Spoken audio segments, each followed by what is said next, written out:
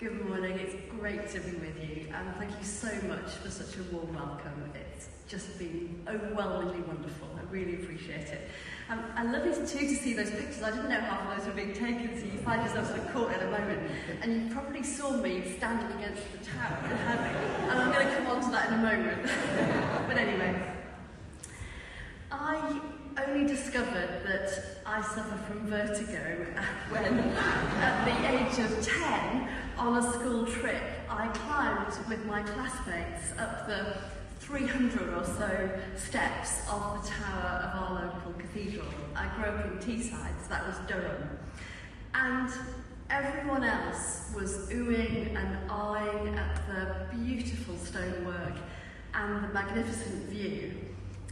But I was standing stock still, leaning against the tower wall, following Mrs. Ripley's kind advice to feel my hands against the stones and keep my eyes fixed on one single point on the roof.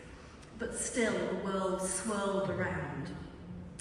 Well, in an idle moment this week, to relieve the boredom of packing boxes, I had a little look at the St Edmundsbury Cathedral website, and I saw that you can take a tour up the tower there as well.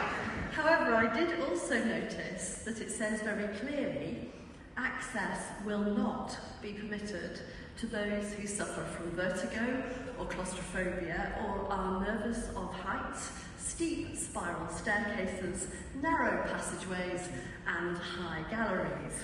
So there goes the Bishop's introductory tower tour. I've fallen at the first hurdle. Nonetheless, it is exciting to plan my welcome service there in January. I felt really emotional on my announcement day back in June when Dean Joe and I looked over towards the Bishop's chair, the cathedra, and acknowledged together that that would be my seat. Simply, this is the solid place where I will belong. At the same time though, I have Jesus' words in Luke's Gospel on my mind. You might remember the account in chapter 21 of Jesus with the disciples when they're marvelling at the beauty of the temple in Jerusalem and the fabulous wealth and craftsmanship that it displayed. And yet, they also hear Jesus telling them that all will be thrown down, and that war and terror and earth-shattering disaster will follow. As a child of the 1980s, the threat of nuclear war seemed to me to be ever present in the news, and I would fall asleep at night praying that God wouldn't let it happen. I guess that the fear of destruction swirled around in the disciples' dreams too. Jesus' words speak into the events of his time, events that Luke already knew had come to pass. They speak into our own anxious times too. We know what it's like to turn on the news and hear dizzying accounts of war and terror, of natural disasters from floods to famines. This week our minds might have been very much with the people of Israel, Palestine, and especially Gaza. We've seen some tentative steps towards peace, but we know that there are still more trials to face for those who are grieving loved ones and lives forever changed, and for those who continue to struggle with the lack of water, sanitation, food and safe homes. As well as knowing what failure and division feel like in the world, we see also their effects in the church that we love. I know that this week's update from the House of Bishops about prayers of love and faith may have managed to displease people of every position on the spectrum of views. And I imagine that people whose lives are personally affected by each development or lack of development are holding the pain of this even more acutely than the rest of us. When all of this happens, it might well feel as if the world is swirling around us. We can become disoriented, dismayed, and distracted. We can cling on to false hope and listen to false prophets who promise us easy answers. We can go into overdrive, trying to get control back, or we can just give up in despair. We can feel as if there's no stonework to lean back against, no roofline where we can fix our gaze.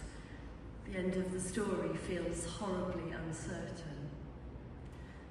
There are sensible steps that we can take, and I hope that we're going to take some of them today to approve a plan for buildings and the environment and a net carbon zero route map, to agree our 2026 budget, which will support the ministry of the whole diocese and steward as well as we can the resources that God gives us, and to review our missional projects, discerning the learning that might come from them, and starting to think together about how we discover a vision for the next season of our life together.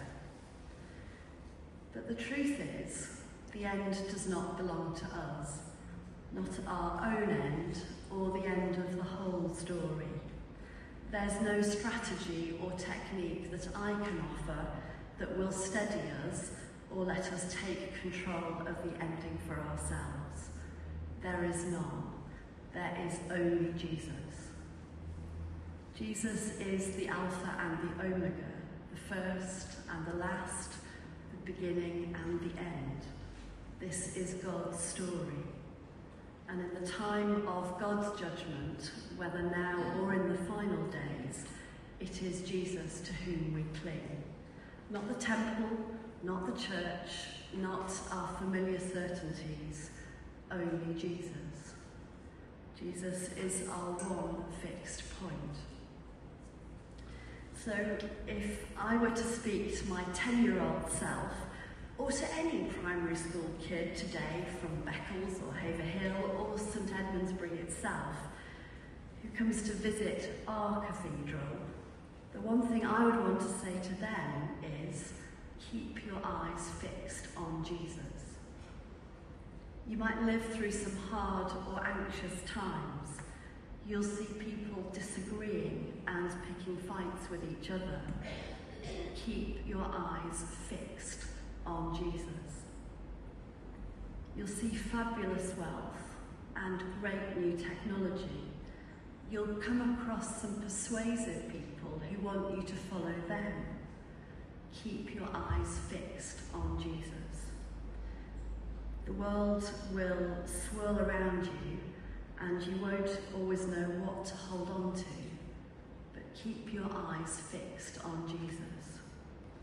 And perhaps this is good advice for us too as Diocesan Synod as we figure out how to work together over the coming years. It's certainly what I'm going to hold on to.